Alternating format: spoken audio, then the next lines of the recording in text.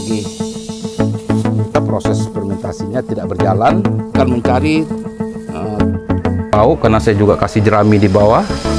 Assalamualaikum warahmatullahi wabarakatuh, sahabat upland, sahabat petani milenial dan sahabat urban ya, petani perkotaan. Pada sore hari ini ya, ini pekerjaan rutin saya adalah memberikan pakan ayam ya. Kebetulan pada hari ini kita akan mencoba berbagi pengetahuan tentang bagaimana kita bisa mensiasati ya, bahwa pakan yang dimana pakan itu kita bisa dapatkan secara gratis ya. Nah, namun sebelumnya saya mengucapkan terima kasih ya kepada sahabat-sahabat semua sudah singgah dan mampir di channel saya kembali dan tetap setia mengikuti proses berbagi pengalaman kita tentang dunia pertanian dan peternakannya. Semoga apa yang kita lakukan ini diberkahi oleh Allah Subhanahu wa Ta'ala hendaknya.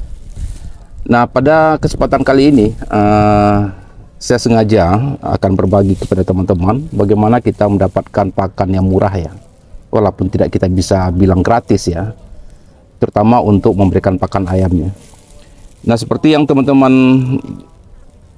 ketahui, dulu pernah saya buat konten itu bahwa saya telah coba memelihara ayam ya, dan ayam saya sudah ada 3 ekor sekarang dari awal tadi, dan saya juga punya ayam betina sekarang. Kemudian ayam itu secara rutin saya kasih pakan ya. Nah, tapi pakan yang saya berikan itu adalah pakan yang tidak sama sekali saya beli ya, atau bukan diberikan pakan pabrikan. Nah, karena saya tahu bahwa kalau seandainya kita pelihara ayam hanya dengan membelikan pakan pabrikan, nah itu tidak akan menutupi ya biaya untuk membiayai dari ayam tersebut ya. Kalau kita bandingkan nanti nilai jualnya dengan pakan yang kita berikan, itu jangan berbeda ya.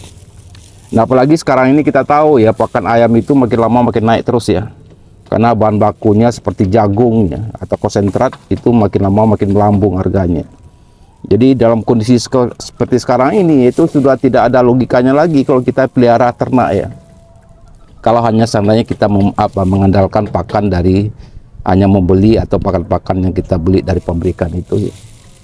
Nah, salah satu alternatif yang memungkinkan kita akan tetap bisa bertahan dalam beternak itu adalah bagaimana kita mengusahakan pakan itu semurah mungkin dan segratis mungkin ya. Kalau bisa memang gratis ya. Nah, bagaimana salah satu upaya kita untuk kita bisa mendapatkan itu ya?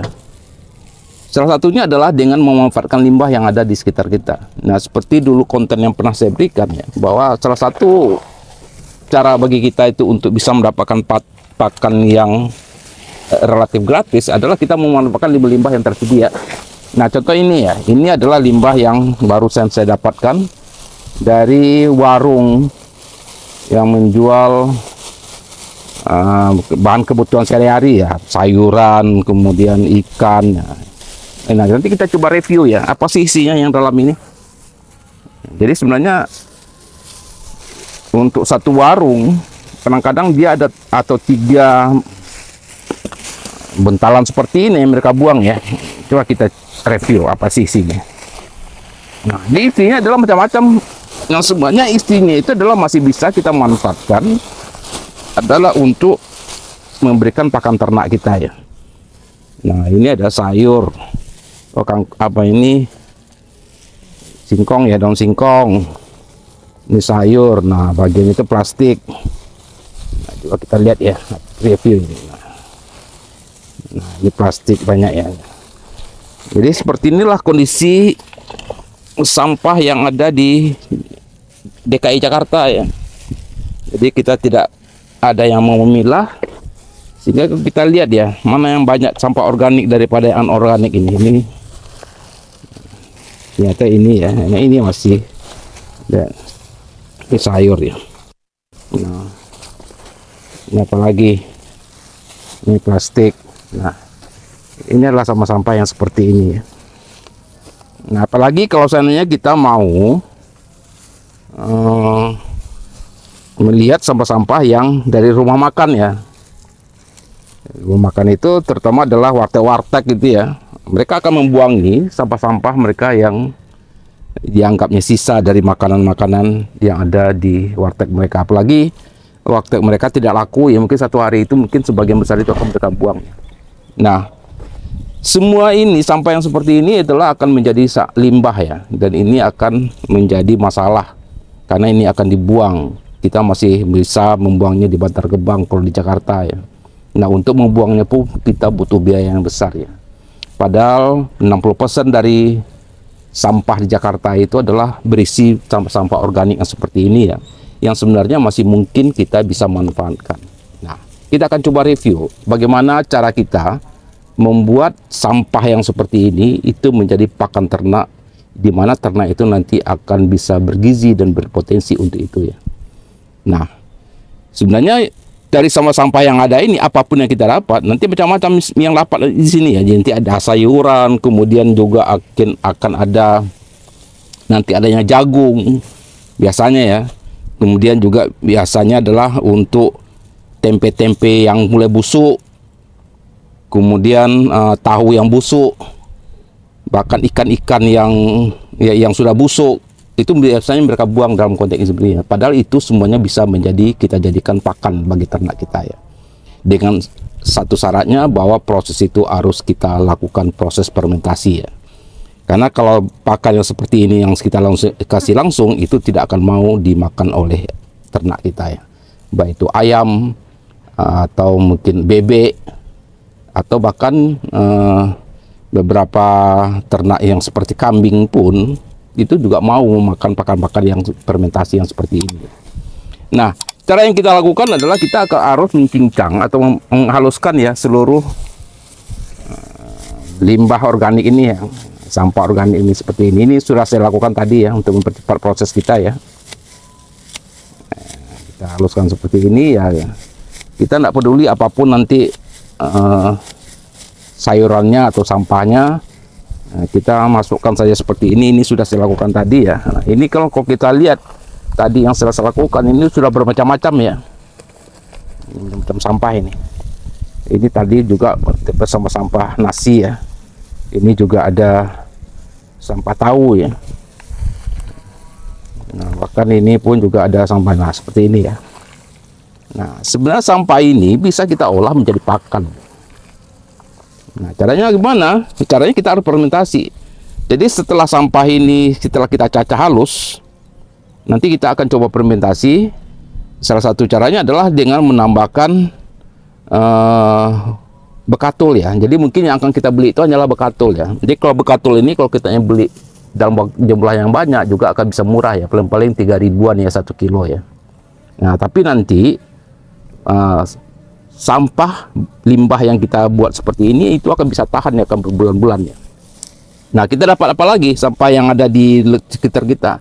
Nah, salah satunya ini adalah ampas kelapa, ini juga sampah ya, juga dibuang. Nah, saya juga mengambil sampah kelapa ini ya, sebenarnya ini adalah masih bisa untuk kita jadikan pakan ternak ayam kita ya.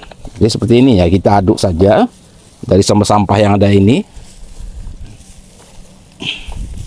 Nah, seperti ini ya. Jadi ini udah kebanyakan ya. Kita aduk seperti ini. Ini kan juga sampah yang ampas kelapa ini, proteinnya juga masih ada ya. Seratnya masih tinggi, lemaknya juga masih ada. Walaupun dalam jumlah kecil. Nah, kemudian terutama di serat ya. Serat dan protein juga masih tinggi. Nah, ini sebagai bahan pakan kita yang akan kita jadikan sebagai pakan alternatif ya. Nanti akan kita coba buktikan apakah ayam kita mau makan enggak dengan model seperti ini. Tapi dengan catatan bahwa kita lakukan prosesnya dulu dalam beberapa hari ya. Kalau seperti ini saja yang kita kasih, ayam kita akan pasti saya jamin tidak akan mau makan ya. Tapi nanti setelah kita melakukan proses fermentasi, setelah nanti rasanya itu adalah seperti rasa tape, ada manis-manisnya, kemudian ada asam-asamnya, itu nanti ayam kita akan bersemangat sekali akan memakannya. Nah, setelah kita campur dengan ini, jadi kalau seandainya yang limbah sabut ampas kelapa ini gampang juga kita dapat ya. Itu tinggal minta juga, tidak beli sama sekali ini. Mereka malah senang ya kalau seandainya kita bisa minta ini. Nah, kemudian setelah proses ini yang kita lakukan, yang wajib yang harus kita lakukan adalah bekatul ya. Bekatul ini sesuatu yang wajib kita lakukan. Kenapa? Karena bekatul ini bukan hanya nanti akan memberikan karbohidrat ya bagi ayam kita, tetapi nanti bekatul ini sebagai bahan dasar untuk kita bisa menghidupkan mikroorganisme yang ada dalam ini. Karena nanti kita akan melakukannya prosesnya dengan proses fermentasi. Nah, jadi untuk bekatul merupakan sesuatu yang wajib yang harus kita masukkan gini ya. Jadi nanti kita akan coba masukkan bekatul di sini. Jadi bekatul ini fungsinya dua. Pertama itu adalah untuk memberikan nutrisi kepada ayam kita berupa karbohidrat. Tapi di sisi lain nanti bekatul ini adalah berfungsi untuk bisa mempercepat proses fermentasi yang akan kita lakukan nanti dari limbah-limbah yang akan kita jadikan pakan ini. Nah, tapi karena kalau karbohidrat yang ada dalam bekatul ini itu akan menjadi makanan bagi mikroorganisme yang ada dalam proses yang kita lakukan lagi. Oke, sebenarnya gini saja yang kita lakukan, cacah, perkecil, kemudian masukkan limbah-limbah yang seperti ini, kasih bekatul. Nah, kemudian satu lagi yang harus kita lakukan itu adalah kita memberikan aktivatornya, adalah mikroorganisme atau bakterinya. Nah, kemarin beberapa waktu yang lalu saya sudah pernah menjelaskan kepada teman-teman bagaimana kita membuat bakteri Lactobacillus, bagaimana kita membuat jamur Saccharomyces. Jadi sebenarnya hanya dua itu saja untuk aktivator kita. Makanya bagi kawan-kawan yang hobi dalam dunia organik, baik itu nanti akan membuat dekomposisi kompos maupun nanti akan membuat pakan, maka dua bakteri ini wajib harus kita miliki. Nah, apakah dengan hanya cara ini? Sebenarnya tidak hanya dengan cara ini juga. Sebenarnya kita juga bisa menggunakan E4 juga, tapi E4 kan dibeli. Dan belum tentu juga E4 itu akan mikroorganisme akan lebih kuat, sekuat dari apa yang kita buatnya. Nah, di sini sudah saya campurkan ya mikroorganisme itu. Di sini isinya itu adalah aktivator ini. Isinya itu adalah Lactobacillus dengan Saccharomyces ya. Nah, setelah kita campur, jadi kalau untuk pakan yang perlu kita ingat bahwa ketika kita ingin fermentasi pakan ayam, maka perbandingan antara Saccharomyces dengan Lactobacillus itu harus ada imbangannya.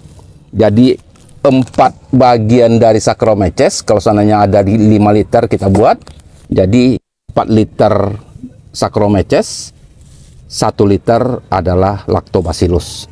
Kenapa? Karena Lactobacillus ini dia akan bersifat asam ya. Sementara Saccharomyces ini dia akan bersifat manis. Tadi kalau seandainya nanti kita berikan Lactobacillus terlalu banyak, maka fermentasi kita ini akan terasa asam. Kalau fermentasi ini terasa asam, maka ayam biasanya akan ogah-ogah untuk apa ya? Untuk memakannya ya. Nah, tapi kalau seandainya Saccharomyces-nya yang kita banyakkan, nanti akan merasa ini manis, makanya ayam akan lebih cepat untuk memakan dari proses fermentasi ini. Oke, kita lihat. Jadi setelah ini prosesnya seperti ini saja. Setelah kita cincang halus, kita aduk yang seperti ini, tinggal kita kasihkan saja aktivatornya. Jadi untuk aktivator kita tidak harus langsung berikan yang asli ya. Jadi kita dari 3 liter air ya kita masukkan aja 1/4 liter aktivator kita ya seperti ini saja. Sudah cukup. Ini sudah cukup bagi kita untuk kita melakukan proses aktivator proses fermentasi untuk ini. Oke, ini saja.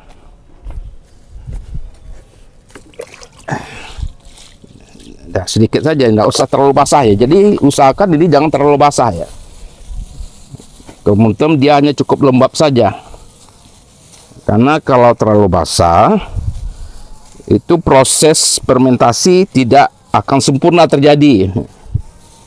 Karena apa? Karena proses aerasi atau proses pertukaran oksigen dalam bahan yang akan kita fermentasi ini itu tidak berjalan dengan baik, sehingga proses fermentasinya tidak berjalan.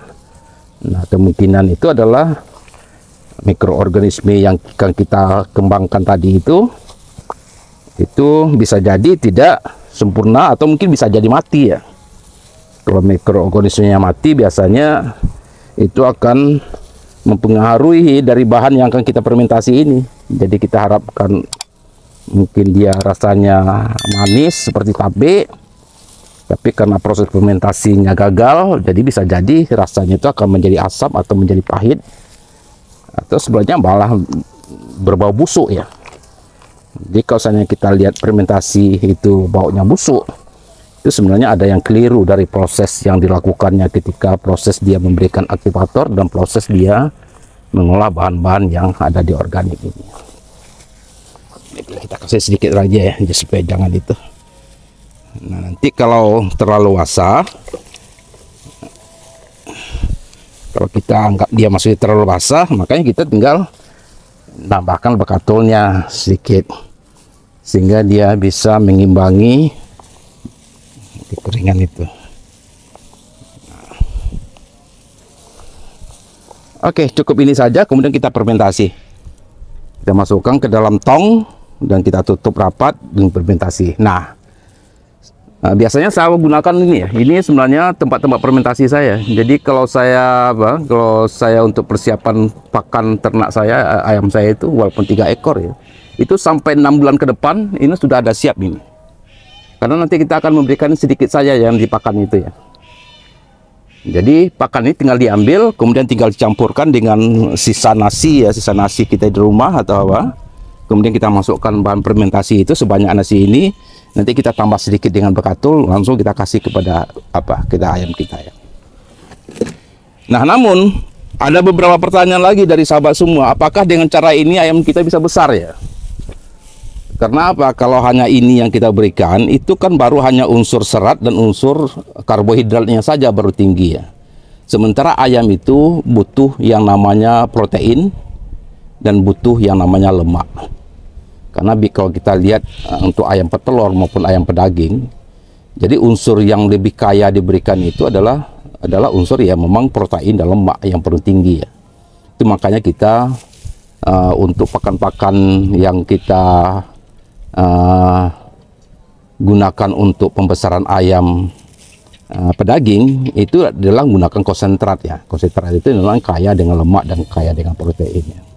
Nah, sekarang bagaimana cara kita mensiasati agar pakan yang kita dapatkan secara gratis yang seperti ini juga mempunyai nilai protein. Nah, itu yang menjadi tantangan kita ya. Nah, sebagian dari kawan-kawan juga mengatakan ya kan kalau proteinnya bisa kita tambahkan saja, tinggal kasih dari jagung ya. Kita kasih lagi dengan ya bahan-bahan yang sifatnya biji-bijian ya. Ya, itu memang betul seperti itu. Tapi harus diingat ketika kita beli biji-bijian itu juga seperti jagung contohnya atau kedelai contohnya, itu kan juga berbiaya. Jadi sekarang harga jagung juga lumayan juga tinggi ya, di atas 5.000-an lebih ya, bahkan ada yang sampai 6.000 per kilo ya. Apalagi kayaknya jagung itu pun juga tidak bisa diberikan dalam bentuk bulat ya, harus kita hancurkan dulu ya, menjadikan dia sebagai tepung dulu. Nah, itu pun juga akan makan biaya ya. Nah, sekarang bagaimana kita bisa memikirkan kita memberikan protein dan lemak kepada ayam kita, tetapi dengan cara gratis ya. Nah, sekarang ini kita akan coba berbagi pengalaman untuk itu ya. Nah, salah satu kemungkinan bagi kita untuk bisa menambah protein dan lemak dari ayam kita itu adalah dengan memanfaatkan yang namanya maggot. Maggot itu adalah larva dari lalat yang bernama BSF. Jadi mungkin semua kita sudah tahu ya bagaimana lalat BSF itu. Nah, lalat BSF ini ketika dia bertelur, setelah telur nanti pertama itu dia akan menjadi larva, atau sebutlah namanya maggot. Ya, maggot itu ya sebut aja namanya belatung. Nah, dia nanti akan jadi belatung. Dari belatung ini nanti dia menjadi vulva. Nanti akan lebih besar bentuknya. Setelah vulva dia nanti akan keluar dari vulva menjadi lalat baru lagi, yaitu lalat hitam yang namanya BSF itu ya. Nah, sebenarnya yang paling memiliki protein tinggi itu adalah ketika dia dalam bentuk larva dan vulva ya. Nah, biasanya orang akan menggunakan larva dan vulva ini sebagai pakan ternak. Kenapa? Karena protein yang ada dalam pulva maupun dari larva dari maggot itu sampai mencapai 60% dari berat badannya ya. Nah, sekarang yang menjadi persoalan kita, nah untuk itu tepat sekali kita berikan kepada pakan ayam kita ya. Karena pakan ayam itu dia butuhkan protein atau lemak itu berkisar sekitar 16 sampai 22-23% saja sebenarnya. Sementara kalau kita bisa kasih makan itu dalam bentuk maggot atau bentuk larva maggot, itu bisa melebihi dari itu, karena sampai 60% dari protein yang ada di maggot itu. Nah, untuk itu kita harus tahu cara memancing maggot itu agar dia itu bisa bertelur di tempat kita. Nah, caranya bagaimana? Caranya tidak susah. Caranya gampang saja. Caranya adalah pakan yang telah kita fermentasi ini dengan menggunakan Lactobacillus dan Saccharomyces ini, itu tinggal kita masukkan ke dalam tempat yang seperti ini ya. Jadi sebenarnya saya gunakan dua cara ya. Biasanya kalau langsung saya masukkan langsung ke dalam itu, kemudian saya tutup rapat sehingga terjadi fermentasi. Yang kedua cara saya adalah untuk memancing maggot, agar maggot itu atau mungkin lalat-lalat seperti ini mau hinggap di sini dan mau bertelur di sini, nanti dia akan bisa berkembang di sini. Nanti dari maggot yang dari sini nanti akan kita campurkan kepada pakan ayam kita, sehingga pakan ayam kita mempunyai nilai protein yang tinggi. Yang seperti ini saja. Nah, ini kita masukkan ke sini. Ya, ini kan sudah difermentasi ya. Nah, kalau dalam kondisi yang seperti ini, itu maggot tidak akan datang, belum akan mau datang dia kalau dalam kondisi seperti ini ya. Karena maggot itu dia akan memilih pakannya, dia tidak akan mau dengan pakan yang sembarang ya. Bahkan maggot atau BSF itu dia tidak akan mau datang ke tempat yang baunya busuk. Maka dia akan mencari mencari makanan yang harum dan yang bersih ya. Nah, untuk itu kita harus mengupayakan bagaimana maggot itu bisa datang dan kemudian dia bisa bertelur di tempat ini, sehingga nanti ketika dia bertelur dia menetas, nanti akan menjadi larva, kemudian dia menjadi vulva atau menjadi larva sendiri pun nanti dia belatung-belatung itu, nanti kita kasih langsung kepada ayam kita, dan itu sebenarnya sudah cukup untuk menambah nilai protein dari ayam kita. Jadi model seperti ini ya. Nah, nanti 2 hari lagi ini akan terjadi proses fermentasi di sini. Kenapa? Karena kita sudah gunakan Lactobacillus dengan Saccharomyces di situ ya. Nah, artinya pelan-pelan nanti ini akan mendatangkan warna aroma wangi, aroma harum. Nah, aroma harum itulah nanti yang akan memancing dari lalat BSF itu untuk datang kemari. Nah, tapi dengan satu syarat lagi, bahwa lalat BSF itu akan mau datang kalau seandainya dia ada tempat dia untuk bertelur di situ. Nah, untuk memancing tempat bertelurnya, kita akan pakai daun-daun kering. Biasanya kalau kita lihat maggot, dia itu hidup atau menetaskan telurnya itu dari daun-daun keringnya. Nah, salah satu strategi bagi kita adalah kita akan meletakkan daun kering di sini. Nanti saya ambil daun kering yang bagus ya.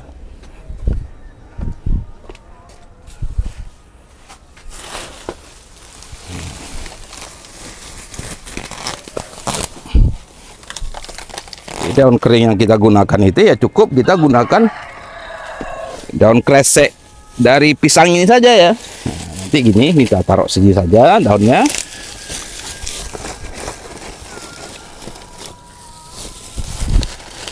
Nah, nanti 2 hari lagi ketika proses fermentasi dari bahan yang kita taruh ini sudah terjadi, maka nanti akan memancing datangnya maggot itu.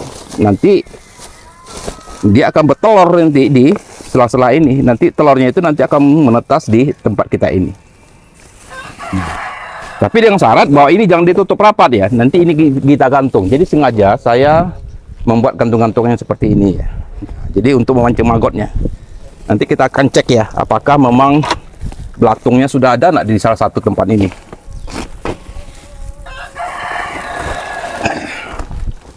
Kita cek ya. Biasanya semuanya sudah ada ini. Karena ini 2 hari, 2-3 hari ini tergantung seperti ini.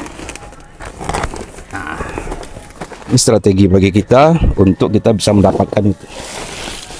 Coba kita nanti cepat cek ya, apakah magotnya sudah ada enggak dalam ini.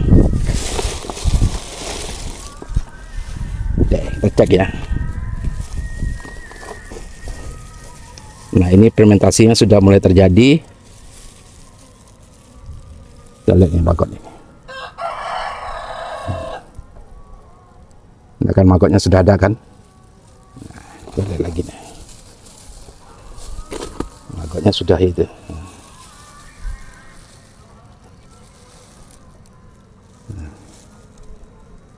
Ya kan, magotnya sudah ada kan. Nah, lagi hampir sudah, ini udah semuanya sudah didatangi magot semua ini.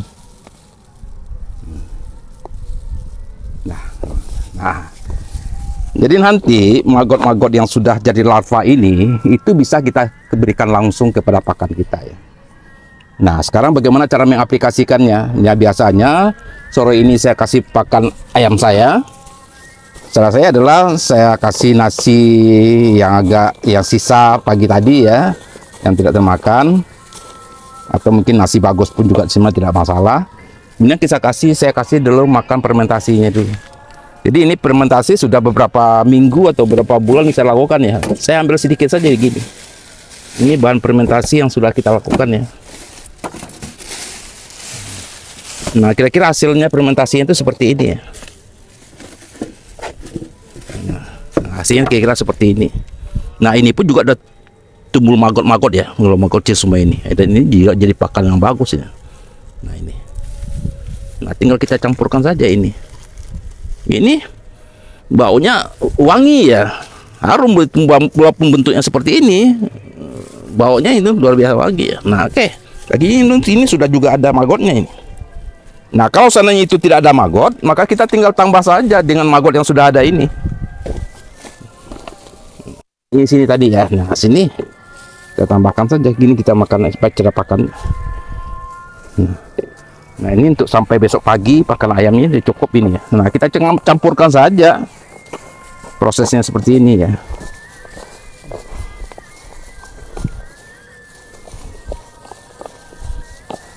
Oke, kita percepat aja nih karena hujan nih. Nah, karena dia agak basah sedikit ya, tinggal kita tambahkan saja sedikit ya. 1 genggam atau 2 genggam saja ini bekatul ini. Udah.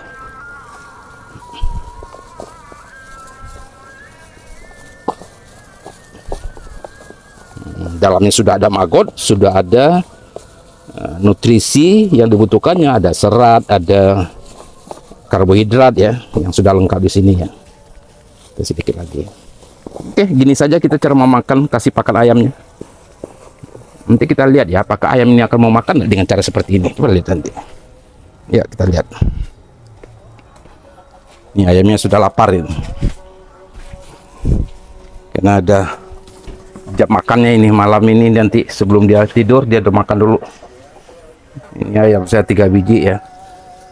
Nah, karena saya kasih pakan ini dengan proses fermentasi ya, di kandangnya ini adalah sama sekali tidak bau ya. Jadi tai dari ayamnya sama sekali tidak bau ya.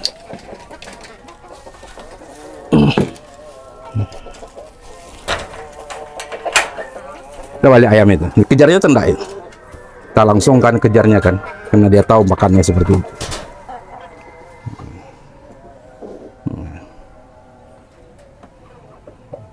Ini sayang kan saya masih punya kandang yang kecil ya, karena di kota ini kita tidak mungkin bisa pelihara ayam banyak-banyak ya, karena pasti orang komplain. Tapi dari hampir 1 bulan saya pelihara ayam ini, dari pengamatan saya, ayam saya sama sekali tidak ada bau ya. Jadi kuehnya pun tidak bau, karena saya juga kasih jerami di bawah. Ya sebenarnya juga tidak bau, karena memang ketika kita kasih pakan ayam itu dalam bentuk fermentasi, maka kue ayam itu tidak bau. Kita lihat itu ayamnya makan itu. Jadi ayam itu sudah memiliki makanan yang lengkap ya, baik karbohidrat maupun protein dan lemak. Oke ya. Nah, oke, ini hari 2 mau akan. Oke. Nanti ini akan saya lanjutkan lagi. Nanti saya akan masukkan ke dalam itu. Nanti kita akan pancing lagi maggot-maggotnya. Jadi sebenarnya kalau ada maggot seperti ini ya, ini saja kita langsung kasih pakannya, sudah makan ayamnya. Tinggal tambahkan bekatul saja sedikit ya. Karena di sini sudah lengkap ini. Karena ada maggotnya, proteinnya dan lemaknya ya. Oke, demikian saja sahabat Upland. Mudah-mudahan diskusi kita pada hari ini bisa menjadi inspirasi bagi teman-teman semua, dan juga kita bisa akan menekan biaya biaya pakan ternak kita, terutama bagi teman-teman yang memiliki ternak ya. Jadi pakan ini sebenarnya bukan hanya untuk ayam ya, tapi untuk kambing juga bisa kita lakukan juga sebagai alternatif ya. Di samping nanti ada hijauan, kita juga bisa gunakan untuk kelinci, kita juga bisa gunakan untuk bebek.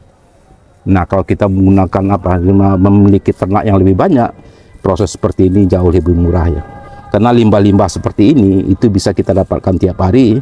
Kalau kita tidak punya warung yang dekat itu, biasanya di pasar itu banyak sekali dibuang-buang yang seperti ini. Nah, kita tinggal fermentasi. Nah, lamanya berapa lama? Lamanya sampai 2 tahun pun kalau seandainya kita sudah fermentasi seperti itu masih tetap kita bisa pakai. Artinya kita mempunyai bank pakan, yang dimana kapan kita membutuhkan kita tinggal bisa langsung ambil. Oke, demikian saja sahabat Upland. Wabillahi taufiq wa hidayah. Semoga ini bermanfaat bagi kita semua. Assalamualaikum warahmatullahi wabarakatuh. Assalamualaikum warahmatullahi wabarakatuh. Katalis yang akan kita praktekkan ini, kita cukup 1 hektar hanya 50 karung. Boleh tanahnya dibuang itu minggu lain. Ini terakhir. Dua, 2 mangnya 2.